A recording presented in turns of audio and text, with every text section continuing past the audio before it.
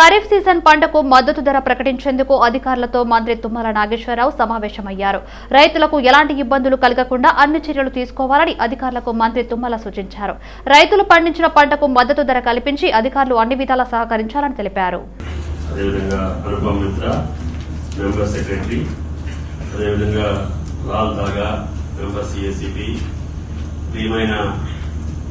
Southern states కి సంబంధించినటువంటి కర్ణాటక, తమిళనాడు, కేరళ, పాండిచ్చేరి, ఆంధ్రప్రదేశ్, తెలంగాణ రాష్ట్రానికి సంబంధించినటువంటి సభ్యులు, అధికారులు, ఆదర్శ రైతులు, ప్రియమైన పెద్దలందరికీ హృదయపూర్వక నమస్కారం.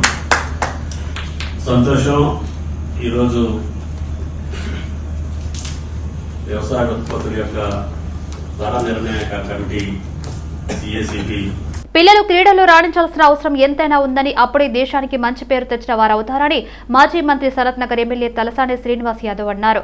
యూసఫ్గూడలోని కోట్ల విజయభాస్కర్ రెడ్డి ఇండోర్ స్టేడియంలో జాతీయ స్థాయి కరాటే పోటీలను తలసాని ప్రారంభించారు. క్రికెట్ కాకుండా ఇతర క్రీడల్లో కూడా పిల్లలు రాణించాల్సిన అవసరం ఉందని, అప్పుడే దేశానికి మంచి పేరు వస్తుందని మాజీ మంత్రి తలసాని శ్రీనివాస్ యాదవ్ తెలిపారు. ఈ క్రీడా పోటీలు 3 రోజుల పాటు జరుగుతాయని, దేశంలోని 11 రాష్ట్రాల నుంచి క్రీడల్లో పాల్గొంటున్నట్లు ఆర్గనైజర్ రాజేశ్వరి నరేష్ పేర్కొన్నారు. పోటీలో విజయం సాధించిన వారికి జాతీయ స్థాయిలో అవకాశం కల్పించేందుకు కృషి చేస్తున్నట్లు వెల్లడించారు.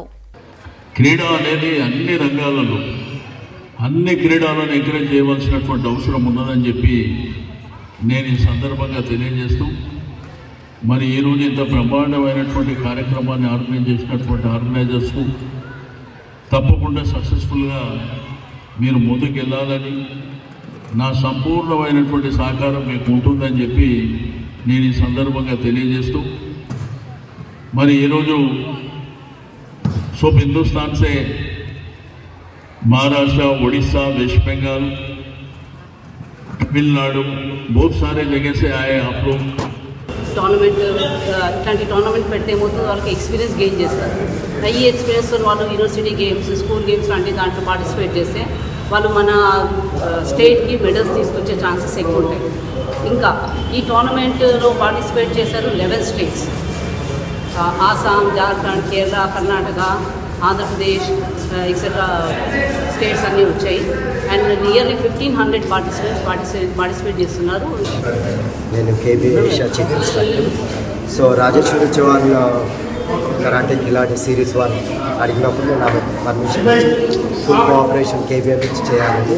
ఎందుకంటే ఆమె ఇంటెన్షన్ ఏంటంటే ప్రతి పిల్లోడికి ఎంకరేజ్మెంట్ ఉండాలి. ఈ కరాటే అనేది ప్రతి పల్లెకి ప్రతి పిల్లోడు నేర్చుకొని ఒక సెల్ఫ్ డిఫెన్స్గా నేర్చుకుంటే ఆత్మరక్షణ కూడా ఇంక్రీజ్ అవుతుంది, యాజ్ వెల్ యాజ్ స్పోర్ట్స్గా కూడా ఎంకరేజ్ అవుతుంది. So I'm very appreciate Rajeshwari Chauhan, Sahadev and Naresh. So ఇది మంచి స్టెప్ తీసుకొని ఆర్గనైజ్ చేయడం. ఇది టోటల్గా వచ్చి 11 స్టేట్లు వచ్చినాయి. మళ్ళీ as well as all over participant 1500 members ఉన్నారు. స్ట్రీట్ వెండర్స్ చట్టాలను ఉల్లంఘిస్తూ మల్కాజ్గిరి సర్కిల్ అధికారులు ప్రవర్తిస్తున్న తీరుకు నిరసనగా మల్కాజ్గిరి సర్కిల్ కార్యాలయం ఎదుట మల్కాజ్గిరి ఎమ్మెల్యే మరి రాజశేఖర్, బీఆర్ఎస్ కార్యకర్తలు స్ట్రీట్ వెండర్స్ నిరసన దీక్ష చేపట్టారు. జోనల్ కమిషనర్ వచ్చి మల్కాజ్గిరి డిప్యూటీ కమిషనర్పై చర్యలు తీసుకునే వరకు తమ దీక్ష కొనసాగుతుందని ఎమ్మెల్యే రాజశేఖర్ రెడ్డి తెలిపారు.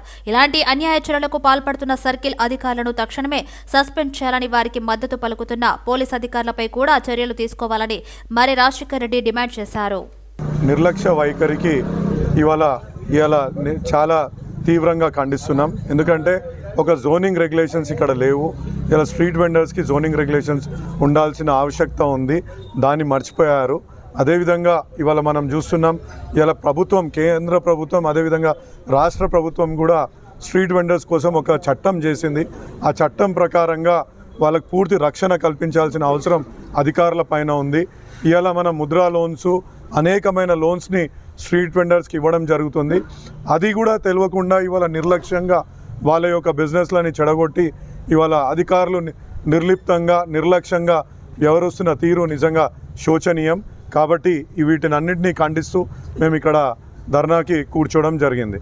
ఇవాళ అధికారులు జోనింగ్ రెగ్యులేషన్స్ పాటించకుండా, జోనింగ్ అంటే స్ట్రీట్ వెండర్స్కి red zone, amber zone, green zone అనే రెగ్యులేషన్స్ ఉండాలా, వీటిని కూడా చేయకపోవడం నిజంగా శోచనీయం. అదేవిధంగా ఇవాళ ప్రతి ఒక్క విషయాన్ని ఒక బేసిక్ హ్యూమన్ రైట్స్ని కూడా వయలేట్ చేస్తూ ఇవాళ వాళ్ళకి ఇవాళ అమ్ముకోకపోతే ఇవాళ రాత్రి పూట గడవదని తెలిసి కూడా ఇవాళ సెలెక్టివ్గా వీటిని అన్నిటిపైన మీద కూడా టార్గెట్ చేసుకోవడం నిజంగా విడ్డూరం. మీరు చూస్తున్నారు ఇక్కడ వాళ్ళకు జిహెచ్ఎంసి జారీ చేసిన స్ట్రీట్ వెండింగ్ లైసెన్సెస్లు కూడా వాళ్ళందరికీ కూడా ఉన్నాయి. వాటిని అన్నింటినీ కూడా ఏమీ ఎంక్వైరీ చేయకుండా కనీసం నోటీస్ కూడా ఇవ్వకుండా ఈ విధంగా చేయడం నిజంగా చట్ట వ్యతిరేక చర్యలకు పాటుపడుతున్నారు. దానికి పోలీసులు కూడా సహకరించినందుకు నాకు చాలా విడ్డూరంగా అనిపిస్తుంది. ఎందుకంటే పోలీసులకు ప్రొటెక్షన్ ఇవ్వండి అని చెప్పినప్పుడు వాళ్ళు కూడా చెక్ చేసుకోవాల్సిన అవసరం ఉంటుంది. ఇది చట్ట వ్యతిరేక చర్యనా, ఇది చట్టం సమర్థిస్తుందా ఈ చర్యని అని వాళ్ళు కూడా చూసుకోకుండా ముందుకు పోవడం నిజంగా ఇది శోచనీయం. కాబట్టి దీనికి అయోధ్య రామ మందిరం ప్రారంభోత్సవం నేపథ్యంలో ప్రధాని మోడీ ఇచ్చిన పిలుపు మేరకు రాష్ట్ర వ్యాప్తంగా భాజపా నాయకులు స్వచ్ఛత కార్యక్రమాన్ని చేపట్టారు. హైదరాబాద్ పాత బస్తీ చార్మినార్లోని శ్రీ భాగ్యలక్ష్మి అమ్మవారి దేవాలయంలో కేంద్ర మంత్రి కిషన్ రెడ్డి సతీమణి కావ్యారెడ్డి స్వచ్ఛ భారత్ కార్యక్రమం చేపట్టారు. సికింద్రాబాద్ తాడ్బండ్ హనుమాన్ దేవాలయాన్ని బీజేపీ నాయకుడు కొమరయ్య శుద్ధి చేశారు. ఆలయ స్వచ్ఛత కార్యక్రమంలో భాగంగా మొదటగా స్వామివారిని దర్శించుకున్న అనంతరం ఆలయ ప్రాంగణంలో చెత్తా చెదారాన్ని పరిశుభ్రం చేశారు. ఈ కార్యక్రమంలో బీజేపీ నాయకులు, కార్యకర్తలు, ఆలయ నిర్వాహకులు పాల్గొన్నారు. అయోధ్యలో భవ్యమైన రామమందిరం ప్రారంభం. శ్రీబాల రాముడి ప్రాణప్రతిష్ఠ సందర్భంగా తెలంగాణ ప్రభుత్వం సెలవు ప్రకటించాలని విశ్వ హిందూ పరిషత్ డిమాండ్ చేసింది. ప్రపంచ వ్యాప్తంగా ఉన్న కోట్లాది హిందువుల చిరకాల స్వప్నం సాకారమవుతున్న వేళ జనవరి 22వ తేదీ హిందువులకు పవిత్రమైన దినమని పేర్కొంది. దీపావళిని మించిన మరో వేడుక అని గర్వంగా వివరించింది. ఈ మేరకు తెలంగాణ సచివాలయంలో ప్రభుత్వ ప్రధాన కార్యదర్శి శాంతి కుమారి కార్యాలయంలో విశ్వ హిందూ పరిషత్ నేతలు వినతి పత్రం సమర్పించారు. దాదాపు 500 సంవత్సరాల నిరీక్షణ ఫలించిన శుభ సందర్భంగా అబాల గోపాలం ఆనందంతో గడపాల్సిన తరుణం ఆసన్నమైందని, జనవరి 22వ తేదీన పెద్ద ఎత్తున వేడుకలు, పండుగలు నిర్వహించుకునేందుకు హిందూ సమాజం సిద్ధమైందని విశ్వ హిందూ పరిషత్ రాష్ట్ర కార్యదర్శి శ్రీ పండరీనాథ్, రాష్ట్ర ఉపాధ్యక్షులు శ్రీ జగదీశ్వర్, రాష్ట్ర సహకార దర్శి శ్రీ భాను ప్రసాద్, రాష్ట్ర సంపర్క్ ప్రముఖ్ శ్రీ వెంకటేశ్వరరాజు, ప్రచార ప్రముఖ్ శ్రీ పగుడాకుల బాలస్వామి, బజరంగ్ దళ్ తెలంగాణ రాష్ట్ర కన్వీనర్ శ్రీ శివరాములు అన్నారు. జనవరి 22న హిందువులకు సరికొత్త పండుగ దినమైనందున దేవాలయాలు, మఠాలు, పీఠాలు వేడుకలకు ముస్తాబైనట్లు నాయకులు చెప్పారు. అందులో భాగంగానే ప్రతి ఒక్కరూ పండుగ వాతావరణంలో ఆనందంగా గడపలసిన సందర్భంగా 22వ తేదీన ప్రభుత్వం సెలవు దినంగా ప్రకటించాలని వారు రాష్ట్ర ప్రభుత్వానికి విజ్ఞప్తి చేశారు. ముఖ్యంగా జనవరి 22న కేంద్ర ప్రభుత్వం కూడా ఉదయం నుంచి మధ్యాహ్నం 2:30 గంటల వరకు అంటే అరపూట సెలవు ప్రకటించిన విషయం గుర్తు చేశారు. దానితో పాటు దేశంలోని అనేక రాష్ట్రాల్లో సెలవు దినం ప్రకటిస్తూ ఆయా ప్రభుత్వాలు నిర్ణయం తీసుకున్నాయని వివరించారు. తెలంగాణ రాష్ట్ర ప్రభుత్వం కూడా స్పందించి హిందువుల మనోభావాలను గౌరవిస్తూ అయోధ్యలో జరుగుతున్న బాలరాముడి ప్రాణప్రతిష్ఠ సందర్భంగా సెలవు ప్రకటించాలని విశ్వ హిందూ పరిషత్ నేతలు డిమాండ్ చేశారు. 5 శతాబ్దాల నిరీక్షణ, లక్షలాది మంది రామభక్తుల ప్రాణత్యాగానికి ఫలితం లభిస్తున్నటువంటి శుభవేళ జనవరి 22, 2024. అదొక పవిత్రమైనటువంటి సుదినం. దీపావళిని మించిన పవిత్రమైనటువంటి పండుగ హిందువులకు. ప్రపంచవ్యాప్తంగా ఉన్నటువంటి హిందువులు ఎదురు చూస్తున్నటువంటి వేడుక అది. కాబట్టి జనవరి 22వ తేదీన తెలంగాణ రాష్ట్ర ప్రభుత్వం సెలవు దినంగా ప్రకటించాలని విశ్వ హిందూ పరిషత్ డిమాండ్ చేస్తా ఉంది. మఠాలు, పీఠాలు, స్వామీజీలు, ప్రముఖులు, రాజకీయాలకు అతీతంగా అనేక మంది పెద్దవాళ్ళకందరికీ కూడా ఆహ్వానం అందించి అయోధ్య బాలరాముడి ప్రాణప్రతిష్ఠకు ఆహ్వానం పలికింది శ్రీ రామ జన్మభూమి తీర్థక్షేత్ర ట్రస్ట్.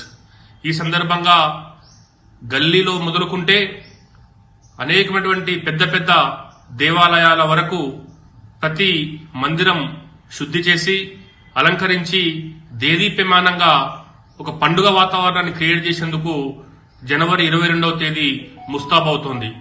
కాబట్టి ఈ సందర్భంగా ఆబాల గోపాలం ఈ వేడుకలో పాల్గొంటోంది. అందుకోసమే తెలంగాణ రాష్ట్ర ప్రభుత్వాన్ని విశ్వ హిందూ పరిషత్ డిమాండ్ చేస్తున్నది ఏంటంటే ఆ రోజు అధికారికంగా సెలవు దినం ప్రకటించాలని చెప్పేసి కోరుతా ఉంది.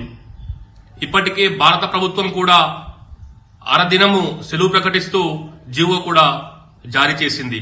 దీనితో పాటు భారతదేశంలోని అనేక రాష్ట్రాలు జనవరి 22వ తేదీన సెలవు దినంగా ప్రకటిస్తూ సికింద్రాబాద్ నియోజకవర్గంలో డబుల్ బెడ్రూమ్ ఇళ్ల నిర్మాణంలో అక్రమాలు జరిగాయని సిపిఐ సికింద్రాబాద్ కార్యదర్శి కాంపల్లి శ్రీనివాస్ ఆరోపించారు. అక్రమాలపై విచారణ జరిపించాలని డిమాండ్ చేస్తూ సీతాఫల్ మండీలో నిరసన వ్యక్తం చేశారు. డబుల్ బెడ్రూమ్లో జరిగిన అక్రమాలపై ప్రభుత్వం విచారణ జరిపించి అర్హులైన పేదవారికి కేటాయించాలని శ్రీనివాస్ డిమాండ్ చేశారు. సికింద్రాబాద్ నియోజకవర్గంలోని నిర్మించిన డబుల్ బెడ్రూమ్లో పెద్ద ఎత్తున అక్రమాలు జరిగినాయి. ఈ అక్రమాలపైన పూర్తి స్థాయిలో విచారణ జరిపి నిజమైన పేద వర్గాలకు డబుల్ బెడ్రూమ్లు కేటాయించాలని ఈరోజు ఈ రాష్ట్ర ప్రభుత్వం మేము డిమాండ్ చేస్తూ ఉన్నాం. గత ప్రభుత్వం ఈ సికింద్రాబాద్ నియోజకవర్గంలో నిర్మించిన డబుల్ బెడ్రూమ్ నిర్మించిన ప్రతి చోట పెద్ద స్థాయిలో అక్రమాలు జరిగినాయి. ఏదైతే సాయినగర్ కావచ్చు, దోబిగఢ్ కావచ్చు, అడ్డగుట్టలోని ఆజాదీ చంద్రశేఖర్ కావచ్చు, ఎక్కడ నిర్మించిన ప్రతి చోట నిజమైన పేద వర్గాలకు అందలేదు. కేవలం దళారులకు, పైరవకారులకు, టీఆర్ఎస్ పార్టీ అనుచరులకు మాత్రమే డబుల్ బెడ్రూమ్లు చెందినాయి. కాబట్టి ఇప్పుడు వచ్చిన ప్రభుత్వం కాంగ్రెస్ ప్రభుత్వం పూర్తి స్థాయిలో విచారణ చెప్పి పేద వర్గాలకు డబుల్ బెడ్రూమ్లు అందేలా చర్యలు తీసుకోవాలని ఈ రాష్ట్ర ప్రభుత్వాన్ని సిపిఐ పార్టీగా మేము డిమాండ్ చేస్తా ఉన్నాం. తెలంగాణ వ్యాప్తంగా అన్ని డిపోలో ఖాళీగా ఉన్న నాన్ ఇంజనీరింగ్ అప్రెంటిస్ పోస్టులు భర్తీ చేస్తున్నట్లు టీఎస్ఆర్టీసీ ఎండీ సజ్జన తెలిపారు. తెలంగాణ రాష్ట్ర రోడ్డు రవాణా సంస్థ ఈ మేరకు ప్రకటన జారీ చేసినట్లు ఆయన తెలిపారు.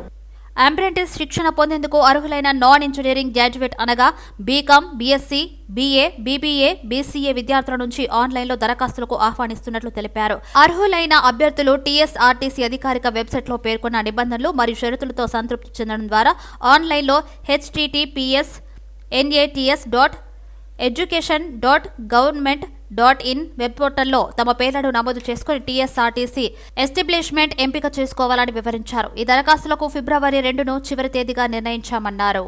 ఆంగ్ల భాష శిక్షణ కేంద్రంలో ప్రసిద్ధిగాంచిన డైరెక్ట్ ఇంగ్లీష్ కేంద్రాన్ని కేపీహెచ్బీలోని జేఎన్టీలో ప్రారంభమైంది. ఈ కార్యక్రమంలో ముఖ్య అతిథిగా academic council chairman Saint Joseph కళాశాల ప్రిన్సిపల్ రేవంతోని సగయ్య రాజా ముఖ్య అతిథిగా హాజరై ప్రారంభించారు.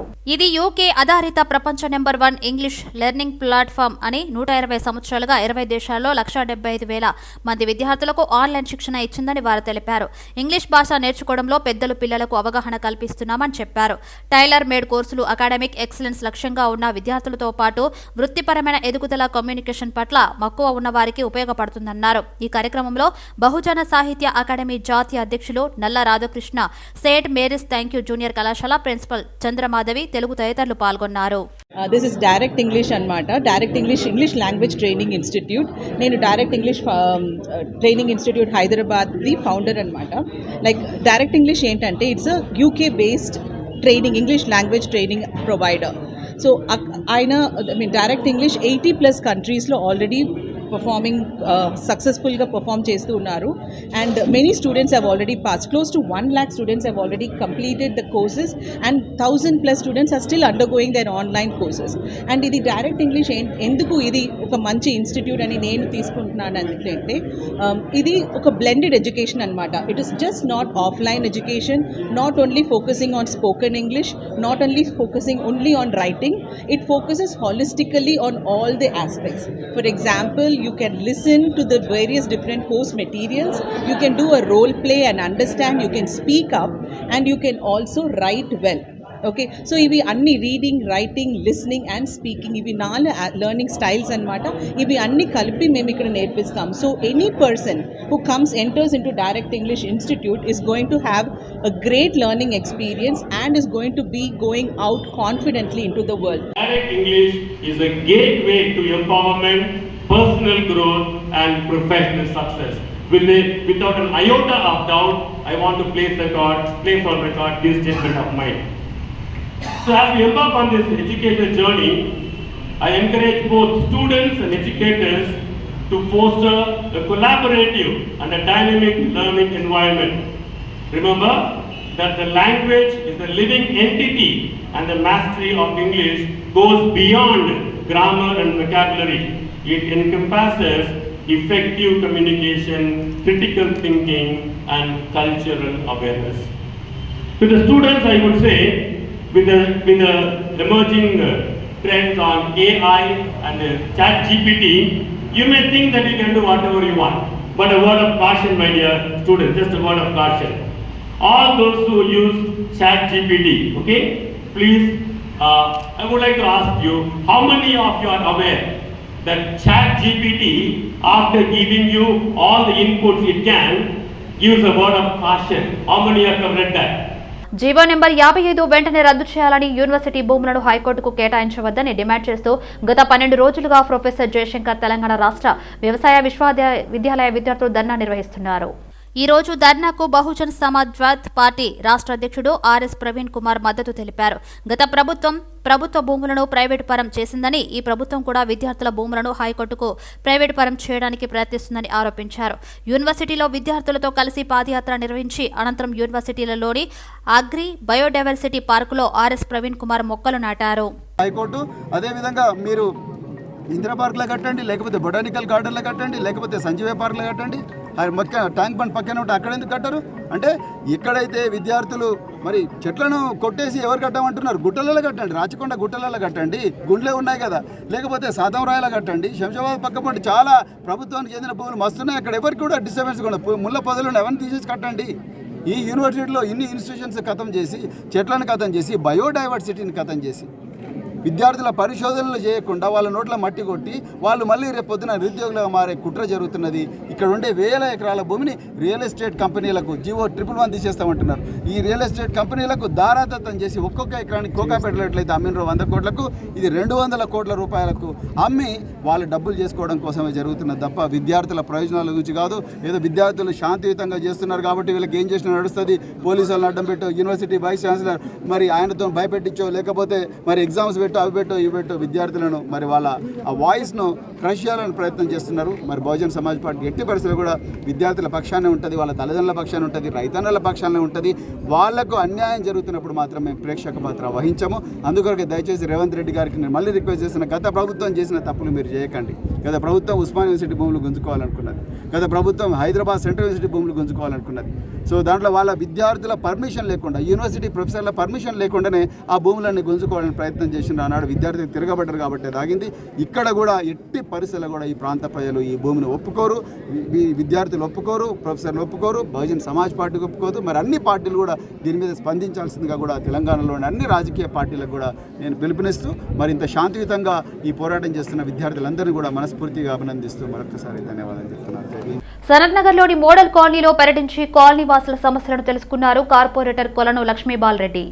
ఈ కార్యక్రమంలో పూజిత అపార్ట్మెంట్ అధ్యక్షులు Veera Reddy, Sasidhar Reddy, DC Jagan, EE Indira, JST Sai, Buchi Babu, DE Mohan, water works GM Harishankar, horticulture DD Srinivas, town planning Abdul Faheem, sanitation అధికారి రవి, వెటర్నరీ అధికారి ప్రతాప్, బీఆర్ఎస్ పార్టీ డివిజన్ అధ్యక్షులు కొలను బాలరెడ్డి, నాయకులు శేఖర్, సరాఫ్ సంతోష్, సురేష్ గౌడ్, పుష్పలత, జమీర్, సమీ ఉల్లా, టి శ్రీహరి, ఆకుల హరికృష్ణ, కిషోర్ అరీఫ్ తదితరులు పాల్గొన్నారు. ఎస్ఎన్ భూములపై ప్రజలకు సంపూర్ణ హక్కులను కల్పించాలని రైతు స్వరాజ్య వేదిక అధ్యక్షుడు కన్నెగంటి రవి ప్రభుత్వాన్ని డిమాండ్ చేశారు. హైదరాబాద్ బషీర్బాగ్ ప్రెస్ క్లబ్లో నిర్వహించిన అసైన్డ్ భూములు పూర్తి పట్టా హక్కుల చర్చా కార్యక్రమంలో ఆయన పాల్గొన్నారు. గత ప్రభుత్వం ప్రవేశపెట్టిన ధరణి వల్ల లక్షలాది ఎకరాలు దోపిడీకి గురయ్యాయని ఆరోపించారు. ప్రభుత్వం వెంటనే ధరణి రద్దు చేసి అన్యక్రాంతమైన భూములను స్వాధీనం చేసుకుని బాధితులకు పంపిణీ చేయాలన్నారు. అది ఎవరి చేతుల్లోనైనా ఉండనియండి, అది ఎట్లానైనా కన్వర్ట్ కానివ్వండి. ఈ ఉన్న 13 లక్షల ఎకరాలు ఇప్పుడు మొత్తంగా అసైడ్ భూములతో సహా దళితుల చేతుల్లో ఉన్న భూమి 5 భరోసా లెక్కల ప్రకారం 13 లక్షల ఎకరాలు. వాస్తవానికి 17% కుటుంబాలు, వాళ్ళకి 17% భూమి అయినా ఉండాలి. 8 లక్షల కుటుంబాల చేతుల్లో మాత్రమే భూమి ఉంది. వాళ్ళ చేతుల్లోకి ఇంకా అసలు భూమే రాదు. భూమే రానప్పుడు ఉన్న భూమిని అమ్ముకునే హక్కు గురించి మనం మాట్లాడే నైతికత మనకుందా అనేది ఒక పెద్ద ప్రశ్న నాకైతే. పూర్తి స్థాయిలో భూమి దళిత కుటుంబాలకు అందని దశలో వాళ్లే వ్యవసాయం కీలక పాత్ర పోషిస్తూ వ్యవసాయ కూలీలుగా, సన్న చిన్నకారు రైతులుగా లేదా కౌలు రైతులుగా ఉన్న దశలో వాళ్ళ భూమి సమస్య గురించి మనం మాట్లాడకుండా భూమి అమ్ముకునే హక్కు గురించి మనం మాట్లాడడం న్యాయం అవుతుందా? రోడ్డు భద్రత వారోత్సవాల సందర్భంగా సైదాబాద్ చౌరస్తాలో సంతోష్ నగర్ ట్రాఫిక్ పోలీసులు ట్రాఫిక్ నియమాలు తెలియజేస్తూ ప్లకార్డులతో ప్రదర్శన నిర్వహించారు. తప్పనిసరిగా హెల్మెట్ పెట్టుకుని బైకులు నడపాలని, కారు డ్రైవర్లు సీట్ బెల్ట్ ధరించాలని, మద్యం తాగి ఎట్టి పరిస్థితుల్లో వాహనాలు నడపకూడదని తెలిపారు. ట్రిపుల్ డ్రైవింగ్ చేయొద్దని, మైనర్లకు వాహనాలు ఇవ్వదని, ట్రాఫిక్ నియమాలు తప్పనిసరిగా పాటించాలని కోరుతూ ప్రదర్శన చేశారు. వాహనదారులకు ట్రాఫిక్ ఏసీపీ సత్యనారాయణ నియమాలు వివరిస్తూ గులాబీ పువ్వులు పంపిణీ చేశారు.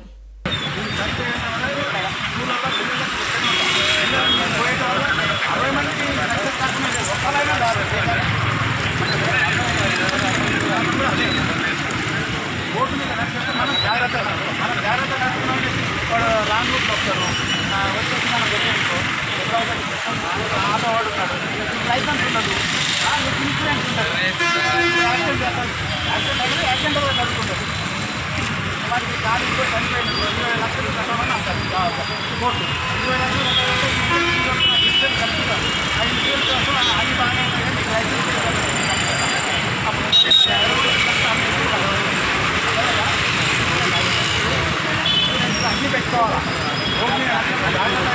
ప్రతి ఒక్కరూ జాతీయ రహదారిపై భద్రత ప్రమాణాలు పాటించాలని పటంచెరు డీఎస్పీ పురుషోత్తం రెడ్డి అన్నారు. సంగారెడ్డి జిల్లా రవాణా శాఖ ఆధ్వర్యంలో పటంచెరులో రహదారి భద్రత వారోత్సవాలు నిర్వహించారు. ఈ కార్యక్రమానికి RDA Raj Mohammed, traffic CI Praveen, స్థానిక ఆటో డ్రైవర్లు, స్థానిక పత్రిక రిపోర్టర్లు పాల్గొన్నారు.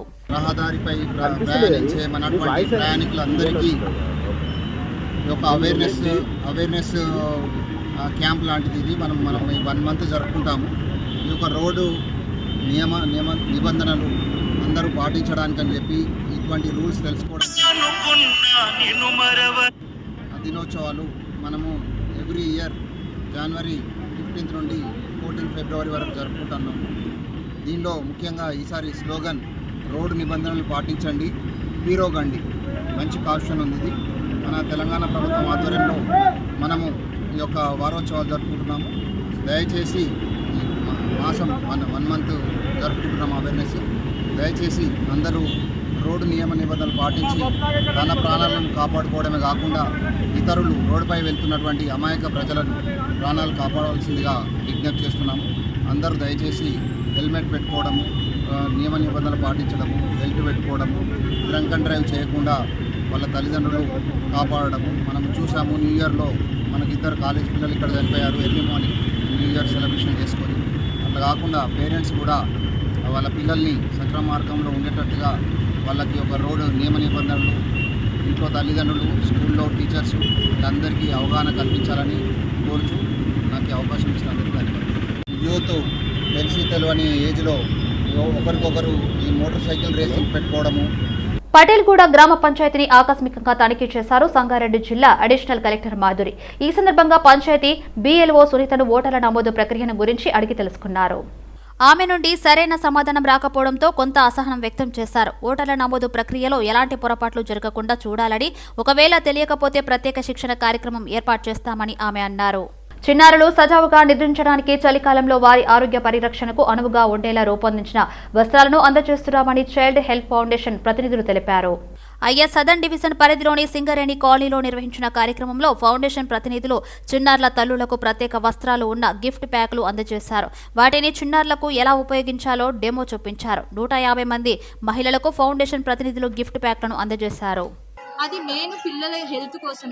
ఇప్పుడు మేము చేసే ప్రోగ్రామ్ ఏంటంటే పిల్లలు కొంతమంది లివర్ ట్రాన్స్ప్లాంట్ ఉంటుంది, హార్ట్ సర్జరీలు ఉంటాయి, ఇంకా బోన్ మ్యారో ట్రాన్స్ప్లాంటేషన్ ఉంటాయి. ఇలా చాలా పెద్ద పెద్ద ఆపరేషన్స్ నడుస్తాయి, బ్రెయిన్ ఆపరేషన్స్ కూడా ఉంటాయి.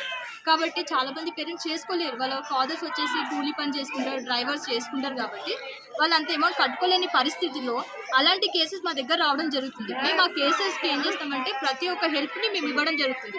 వాళ్ళు ఆల్రెడీ హాస్పిటల్లో జాయిన్ అయ్యి ఉంటారు, వాళ్ళు ఆల్రెడీ పే చేస్తూ ఉంటారు, మన దగ్గరికి వస్తారు. అక్కడ డాక్టర్ చెప్పడం వల్ల మనం అప్రోచ్ అవుతారు.